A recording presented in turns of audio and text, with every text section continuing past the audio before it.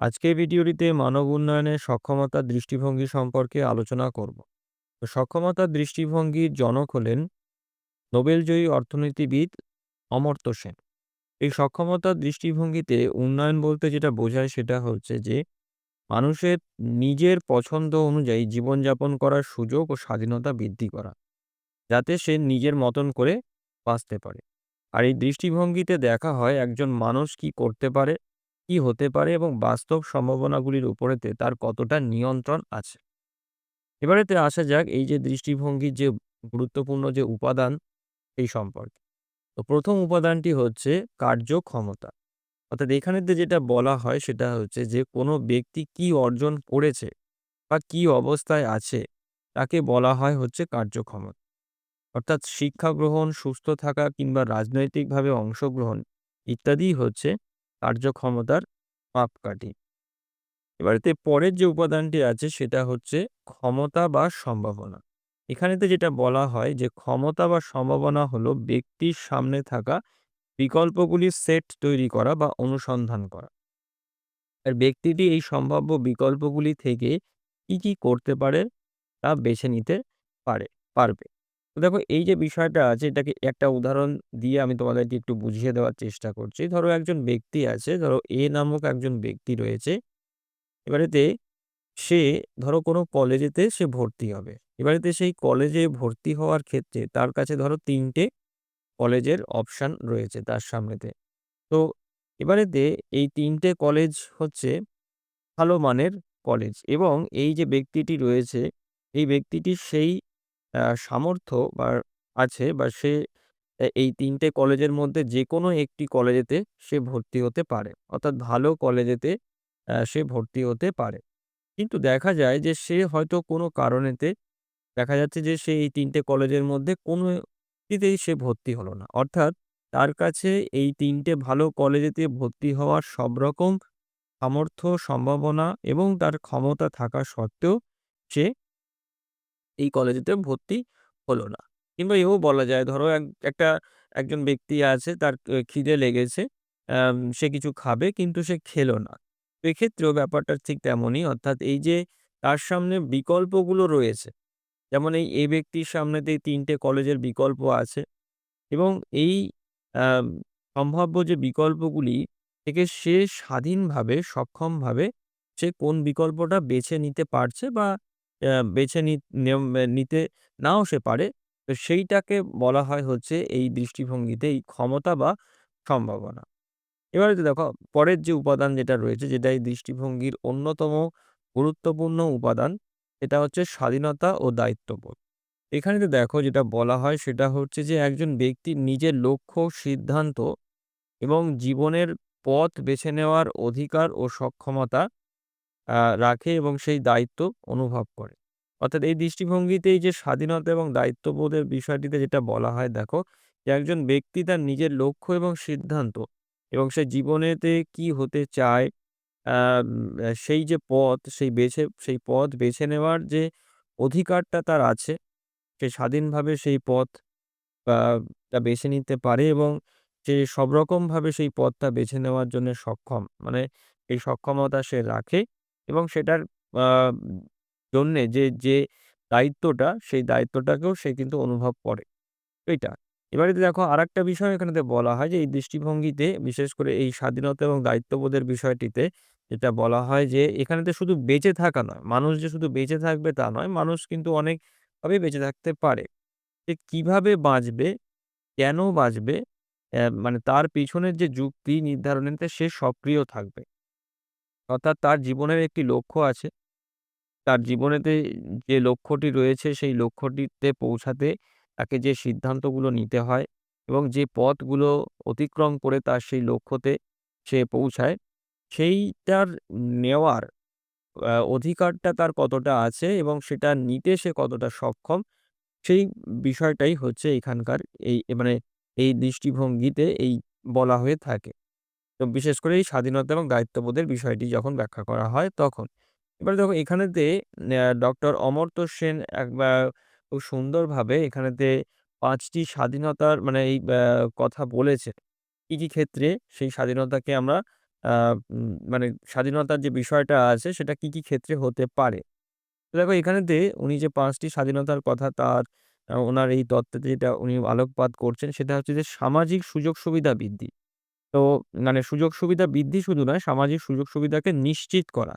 এক্ষেত্রে শিক্ষা, স্বাস্থ্যের মতন যে সামাজিক যে সুযোগ সুবিধা যেগুলো রয়েছে, সেগুলোকে নিশ্চিত করা।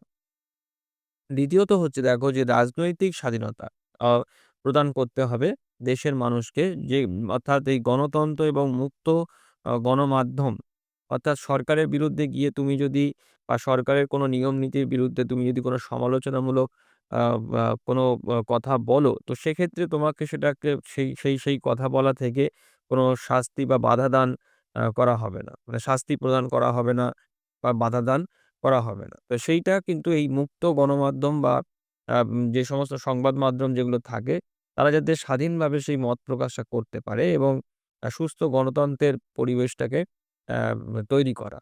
তো সেই রাজনৈতিক যে স্বাধীনতাটা, মানে কোনো রাজনৈতিক হস্তক্ষেপ করা হবে না মানুষের জীবনযাপনের ক্ষেত্রে। মানে রাষ্ট্র মানুষের জীবনযাপনকে কন্ট্রোল বা নিয়ন্ত্রণ করবে না। সব রকমভাবে গণতান্ত্রিকভাবে সুস্থ স্বাভাবিকভাবে হচ্ছে মানুষ যাতে জীবনযাপন করতে পারে সেই সুযোগটা প্রদান করা। এই স্বাধীনতাটা প্রদান করা। আবার দেখো অর্থনৈতিক স্বাধীনতা প্রদান করা বা সামাজিক নিরাপত্তা নিশ্চিত করা বিশেষ করে যারা পিছিয়ে পড়া যে জনগোষ্ঠী আছে তাদের সামাজিক নিরাপত্তাকে নিশ্চিত করা এবং অবাধ তথ্যের অধিকার প্রতিষ্ঠা করা। অর্থাৎ আ কোনো তথ্য লাভ করার ক্ষেত্রে রাষ্ট্র কোনোভাবে আ কোনো বাধা আ মানে আ সৃষ্টি করবে না। মানে যে তথ্যটা মানে তথ্যের যে আ মানে যে অধিকার যেটা রয়েছে কোনো কিছু জানার ক্ষেত্রে সেক্ষেত্রে কোনো বাধা থাকবে না। স্বাধীনভাবে মানুষ যেটা চাইবে সেটা জানতে পারবে। তো এই ৫ টা মানে স্বাধীনতার ৫ টা ক্ষেত্রে স্বাধীনতার কথা ডক্টর অমর্ত্য সেন বলেছিলেন এবং তার সঙ্গে এটাও উনি বলেন যে এই যে ৫ টি স্বাধীনতা যদি নিশ্চিত যদি করা হয়, তাহলে যেকোনো সমাজ বা দেশের উন্নয়ন অবশ্যম্ভাবী হবে। অর্থাৎ এই উপরোক্ত যে ৫ রকমের যে স্বাধীনতার কথা উনি বলেছেন, এটাকে যদি কোনো দেশের আ সরকার বা কোনো দেশ যদি সুনিশ্চিত করতে পারে, তাহলে সেই দেশ অবশ্যই উন্নত হবে, উন্নয়ন করবে। এইটা। এবারেতে আসি দেখো এই যে আ উপাদানগুলোর পরেতে এই সক্ষমতার দৃষ্টিভঙ্গির যে গুরুত্ব, তো সেটা আমাদের জানতে হবে। তো সক্ষমতা মানে তত্ত্বের মূল যে ধারণা, এটা হচ্ছে কি দেখো যে কোনো সমাজ বা জনগোষ্ঠীর উন্নতি বা উন্নয়ন কেবল আয় বা সম্পত্তির পরিমাণ দিয়ে পরিমাপ সম্ভব নয়। মানে এই এই যে দৃষ্টিভঙ্গি আছে, এই দৃষ্টিভঙ্গিতে এই যে উন্নয়নের যে পরিমাপটা যেটা করা হয়, সেটা কোনোভাবেই কোনো ব্যক্তি বা জনগোষ্ঠীর আয় বা তার কত সম্পত্তি আছে, সম্পদ আছে, সেইটার উপরেতে ভিত্তি করে করা হয়ে থাকে না। অর্থাৎ সেখানেতে কি করা হয় দেখো যে মানুষ কি করতে সক্ষম এবং তার বেঁচে থাকার মান কিরূপ তা দেখেই উন্নয়ন পরিমাপ করা উচিত। যেটা এই দৃষ্টিভঙ্গি আমাদের শেখায়। অর্থাৎ মানুষ যে স্বাধীনভাবে কতটা মানে তার জীবনের সিদ্ধান্তগুলো নিতে সক্ষম এবং তার লক্ষ্যে পৌঁছাতে সক্ষম সেইটা এবং সে যে বেঁচে থাকে যে সমাজেতে সেই সমাজে বেঁচে থাকার তার মানটা কিরকম সেইটা দেখে পরিমাপ করা উচিত। আর বর্তমানেতে ইউএনডিপি সহ অন্যান্য অনেক দার্শনিক অর্থনীতিবিদরা এই দৃষ্টিভঙ্গিটাকে মেনে নিয়েছে।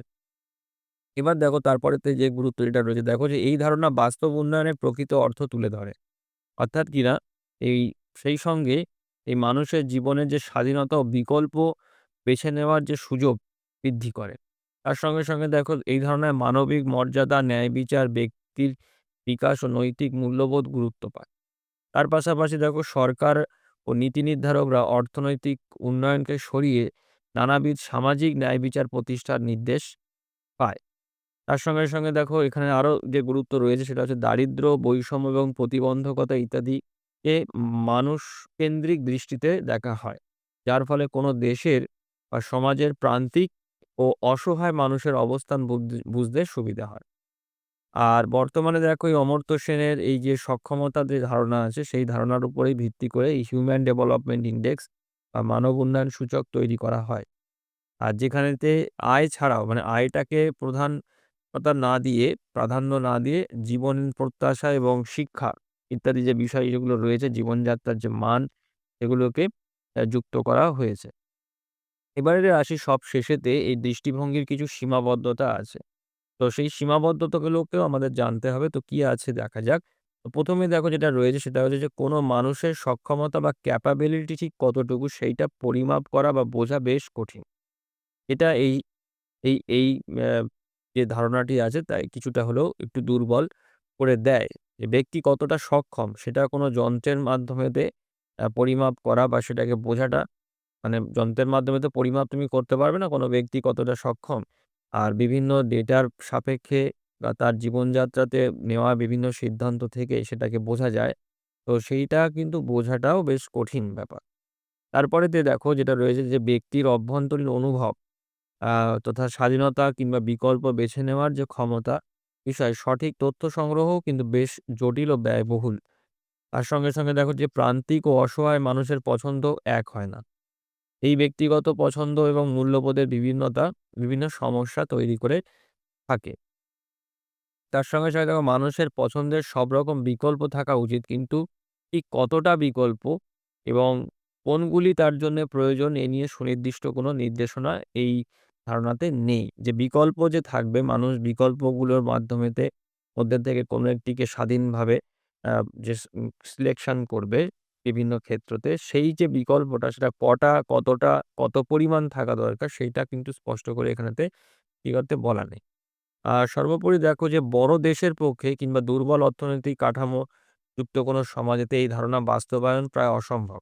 আর যদি মানে রাজনৈতিক মানে সদিচ্ছা না থাকে, মানে রাজনৈতিকভাবে এই ধরনের ধারণা ক্ষেত্রে এই যেরকম ধরো হচ্ছে যে মুক্ত বা মানে স্বাধীন চেতনা তারপরে মুক্ত গণমাধ্যম এই যে বিষয়গুলো এগুলো অনেক সময়তে রাষ্ট্রনীতির পক্ষে বাধা হয়ে দাঁড়ায়। সেক্ষেত্রে অনেক রাষ্ট্র আছে যে সমস্ত রাষ্ট্রেতে এই ধরনের যে সক্ষমতার যে দৃষ্টিভঙ্গি কিছু নীতি আছে যেগুলো রাষ্ট্র পরিচালনার কাজেতে বাধা হয়ে দাঁড়ায়।